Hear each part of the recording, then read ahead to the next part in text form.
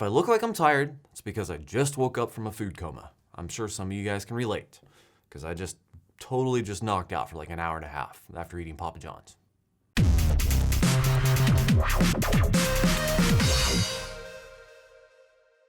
What's up, YouTube? Jason here with Jason Bites Back, episode number 42 for you Spanish impaired. This is a series of which I go back and I answer questions over the last month that people left in the comments of my videos. As always, this video is brought to you by all of my awesome Patreon subscribers. The $5 plus will be listed at the end of this video. So thank you very much, you Patreon ballers, you. And I actually really am tired, but slowly waking up. I lost a bunch of weight with Freshly. I hit this milestone. I'm like, I'm celebrating with Papa John's. Half of a large pizza, an order of wings, and some brand new jalapeno poppers that I didn't even know they had, but I tried those out and killed all but 2 of them. Basically, I ate until I fell asleep. So it is November 1st officially as of 19 minutes ago. So we are 2 months away from 2020 being over, which is amazing. And November 2nd, we have a 0.41% chance of getting struck by an asteroid. So there's also that. Maybe we'll get put out of our misery. You guys should look it up. It's a legit thing. We actually might get hit by an asteroid. So yeah. Also, we are days away from the 2020 voting, which has been the hottest topic ever aside from the Rona. So that's interesting. I'm ready for 2020 to be over. I don't know about you, but 2020's been a ride and I'm over it. And then we're going to go into 2021 like 2020 was just foreplay. Anyways, it is November and I'm thinking about some Movember. Maybe I don't shave for a month. I've tried that before and it only lasted like a week or 2 before it got to me. So, I think I'm gonna try it this year. I don't know, we'll see how long I last because it gets scratchy and itchy and I just don't like it, but hey, we'll see. I don't know if I've ever actually grown my beard out for a month, so I'm kind of curious to see what it'll look like after a month. I don't know if I've ever actually grown my beard out for a month, so I'm kind of curious to see what it'll look like after a month.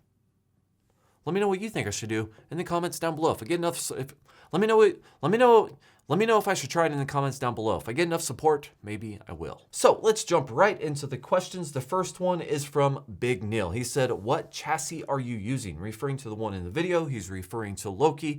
And to answer your question, Neil, that is a Chinbro something, something, something. I will link it or show it right here. I hope editing Jason doesn't forget that. Anyways, it was a chassis that I bought off of eBay. It was used, AKA recycled and resold. And on that topic, J-Dub from Discord recently asked me about this chassis and we were unable to find it for sale. That was like a week ago, few days ago. So it may or may not be available. I did buy it off of eBay. It's just really kind of up in the air. But I bought that chassis off eBay. I took it to get powder coated to be black, and then I put a sticker on it. So it was all kind of sort of custom, basically just old used stuff painted black.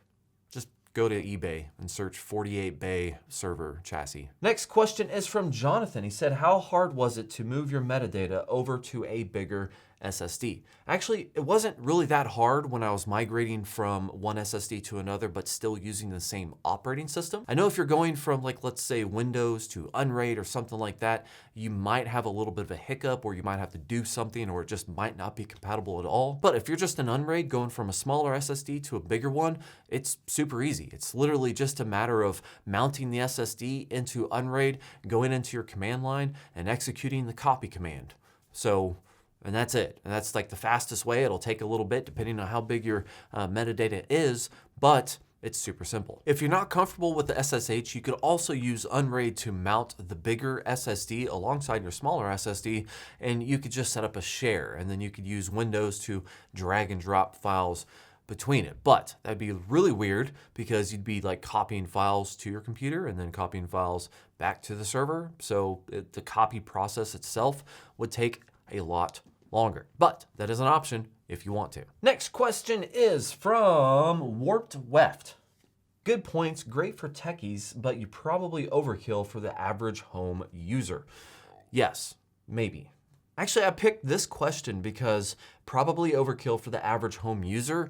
I completely forgot to mention the possibilities and the options of NASs, or network attached storage devices, which is really weird because I've been testing a lot of those. I tested, a couple Synologies. I got a brand new big Synology in there, and I'm even testing a QNAP right now that has proven to be able to do 11 transcoded streams at the same time. Expect a video on that soon, and it is relatively cheap. But if you were to get a small NAS, whether it's Synology or QNAP, if it has hardware acceleration available, you're probably going to be able to get at least 9 to 10 streams out of your NAS. Now, these are transcoded streams. You're going to get even more direct play streams. So while I do talk about some advanced things, even though I don't really consider them advanced, they are some kind of basic stuff, but they might be overkill for the average home user, you can still have much simpler solutions using just, basic computer hardware or NAS devices. Wow, I think I'm still like mentally in a food coma. But the point of that video was really just to point out, like, if you are, let's say, $20 away from doubling your SSD size or some kind of like weird thing that, seems very short-sighted to get into, that was just meant to help you, build your first server without making some very basic mistakes. Next question is from Fast Easy Life Tips. Where can I get the head-mounted attic light, please? Have looked everywhere, showed my picture of it to the shop guys, but they just shook their heads and smiled. I forgot that I was going to get that. Hold on, I'll be right back.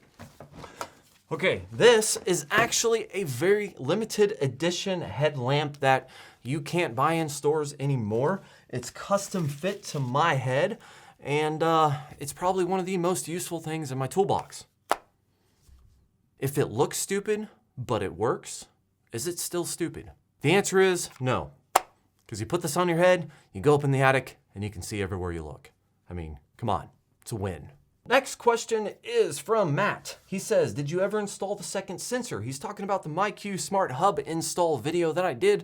And to answer your question, Matt, no, I did not. I thought about it, but then I realized I really don't need to open up both doors with my garage door opener. At least, it'd be nice to have, but I don't need it. So I just didn't want to spend more money to buy extra hardware for something I really didn't need for anything. For me, the whole point of having a garage door opener that I can work remotely is just more along the lines of if I need to open up my garage for, letting somebody in or letting a service tech in to manage the sprinklers or something like that. Like basically any kind of remote access where it's like, hey, I'll let you into the garage for whatever reason. Having that option is good. Having both doors is more of a luxury. But I had a company, and I don't know what this is called. Miras. Okay, so upcoming, probably within the next week or two, I will have a sponsored video that showcases and overviews what this product can do. This product is supposedly able to work up to 3 doors at the same time, and it works with Alexa and Google, and I thought online it said that it worked with HomeKit. I'm not really sure, but either way, that's gonna be part of my review or my overview because it's a sponsored video. It's 100% paid for, so, it's just gonna be an overview. But either way, they sent it to me, obviously for free to do the video, and they sent me an extra garage door sensor kit so I can control, both of my doors. So, that's gonna be a thing.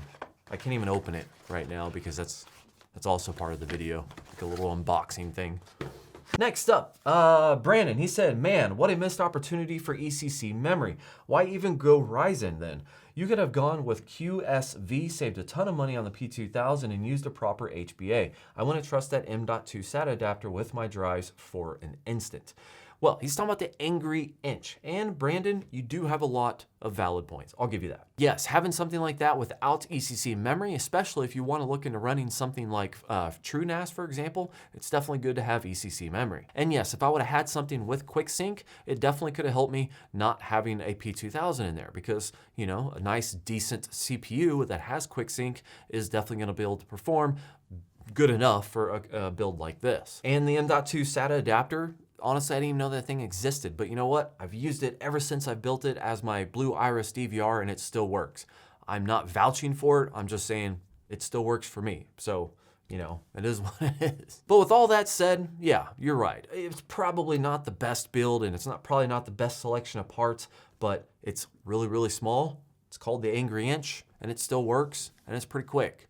And Ryzen was all the hype at the time. So that's why. Next question is from Dragon Head Thing. I'm highly curious about the motorized jib in the background. Funny story. So I have it sitting over there. I'm not gonna move it because it's heavy and kind of clumsy, but it's called the Edelkrone, Edelkrone. It has the Jib 1 Pro head on it, and like all combined, I spent thousands of dollars on this damn thing, and I used it. I try to use it for a couple of videos, and you probably have already seen these, you know, where the B-roll is like coming in or up or like this or doing some crazy stuff. So I was trying to get, you know, creative with my B-roll, but if I could return that thing and get my money back, I would in a heartbeat, because it's nice, it's smooth. However, I mean, it does have kind of limited motion, and it's kind of cumbersome to move around all the time and try to change it up so you're just not constantly going, you know, in a single motion. But on top of that, setting that thing, the bookmarks, where it starts, like where it begins, where it ends, and moving it and things like that, it's kind of buggy. Like it won't remember new bookmarks, or it'll be slow, or it'll like only remember half the thing. Like it'll move the arm up, but it won't move the head. So the whole thing is just kind of a clumsy experience, and I would really much want to return it. I've had it for over a month, so it's kind of SOL now. It really is to the point where I'm gonna try it a couple more times probably, but it's so cumbersome to use because of the way it's designed and how you have to tighten things, and you need tools. Like I have tools over here, literally to keep the head tight enough so it doesn't fall on itself, that I have to use every single time, and I've chewed up the knobs because of it. Also need a screwdriver just to get the knobs tight enough. The other knobs, because some of them have holes, some of them are twisty thingy. All those little things combined make shooting B-roll with that thing just 10 times longer than just pointing a camera and making it go left, right, or up or down. Now, maybe that's completely normal. It's my first jib, but I mean, I don't know. Personally, it's hard for me to recommend it. That's what I'm saying. Next question is from T-Braz. I hope you do Ubiquiti gear one day on your videos. Well, T-Braz, me too. It's actually something that I see for myself in the future, going full on Ubiquiti. And that's primarily because I want to, you know, set up those little puck style wireless access points throughout my house. But I want like super awesome big access points, super overkill, you know, access points. I want like 3 of them in my house just for the lulz. And I do want to move to like, you know, a Ubiquiti router and, you know, maybe a switch, stuff like that. Like I've seen the ecosystem and I've seen it operate. I've seen the interface, and it's definitely a very robust system, and I would love to do it.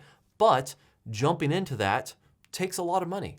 You know, you got to buy at least 3 or 4, depending on the access points. You have to buy at least 3 or 4 of these little wireless access points to get just solid coverage. And if I'm going to do this and wire each access point, you know, I'm going to make it solid coverage. I mean, I might have like 4 just upstairs and then like 2 or 3 downstairs. So 5 wireless access points, all brand new, Wi-Fi 6, whatever they have out, I have no idea. Some big beefy router, possibly even some big PoE switch. I mean, these are all things that I've purchased over time and have spent a lot of money on over time. So, you know, they're already expensive. Replacing them with something just to get a little bit better of an interface is not necessarily high on my to-do list. Although if I wouldn't have redone my garage, I could have done it like 5 times over. But hey, that's neither here nor there. One day though, you will see me jump headfirst into Ubiquiti. I don't know if I'd go with the cameras, because I don't really know what their new cameras are like, if they're as good as the Amcrest cameras that I have. I really like my cameras. But I do see me going full on Ubiquiti network style at some point in the future. Just gotta make the budget work, you know what I mean? Next question is from Rodolfo. Hey Jason, I hope this question makes it to your next Jason Bites Back segment, but I wanted to know, with your experience with Unraid, what would be faster, a pool of SSD used for cache or a pool of SSD for parity?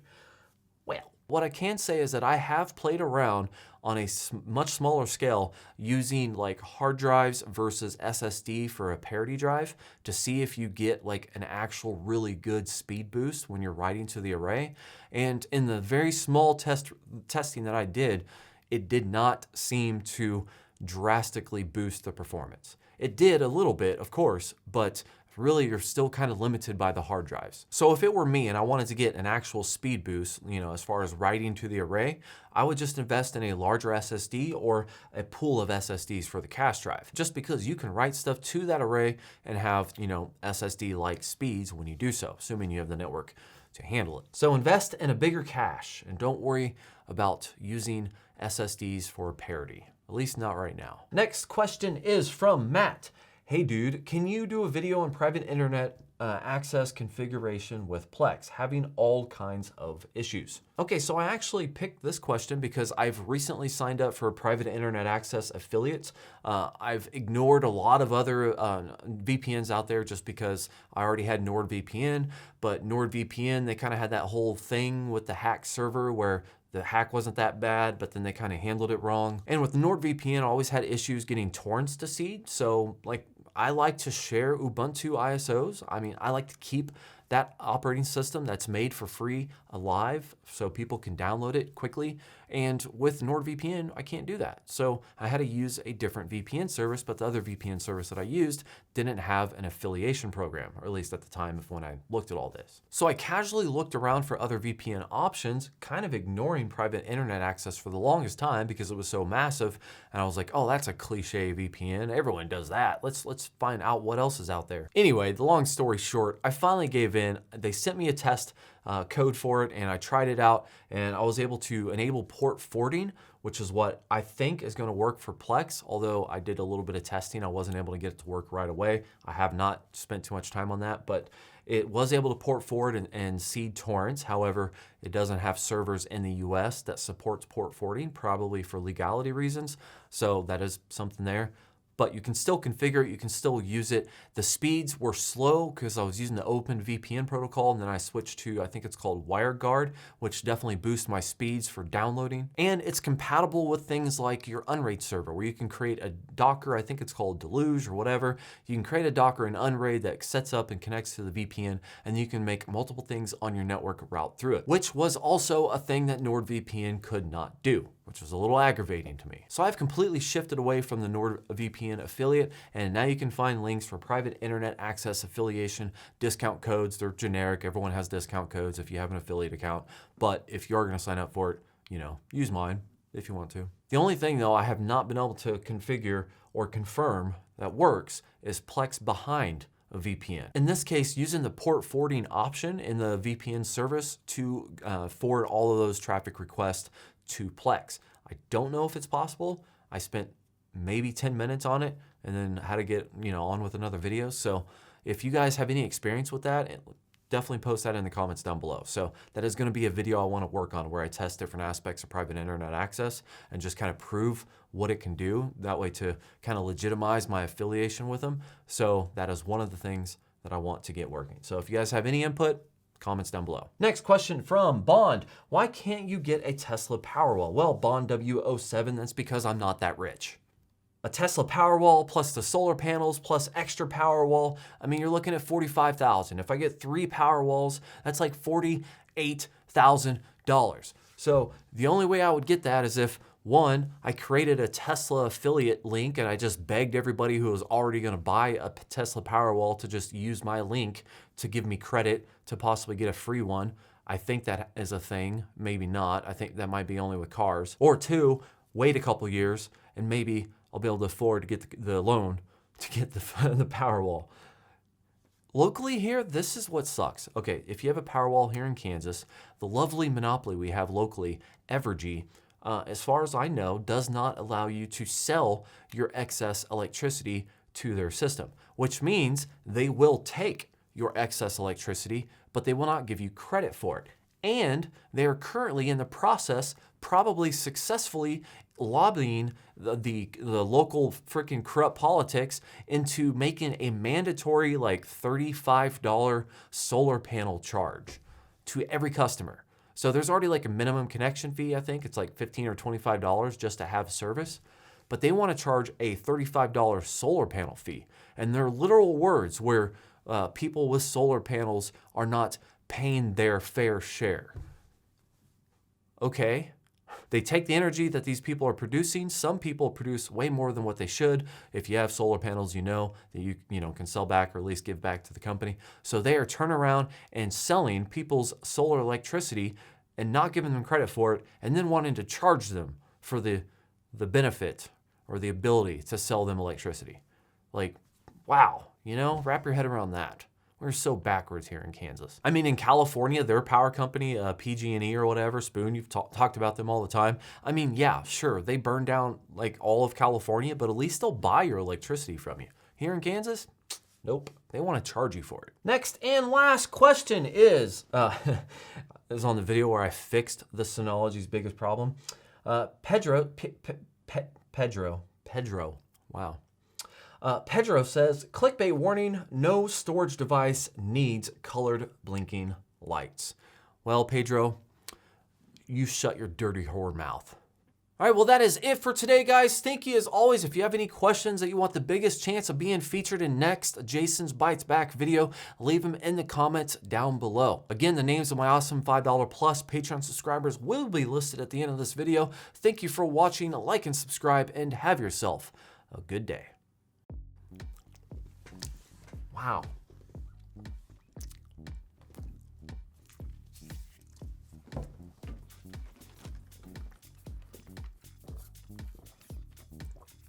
You ever have like super dry mouth thing? I don't know if it's because I ate so much bread, but I've been drinking so much water during this entire video because my entire mouth is like cotton right now. Like the whole thing is just dry. I haven't eaten so much bread in like 2 months, I feel like.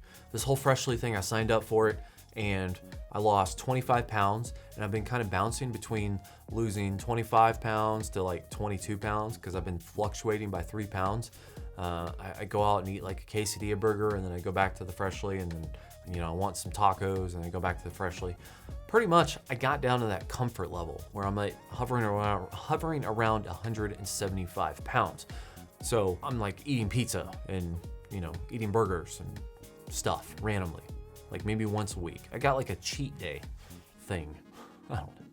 And I don't really have anything else to say. So I did get some like footage of the blinking lights in my garage. So let's roll that. I can't play the audio because it's copyrighted audio, but you know, I'll play other audio.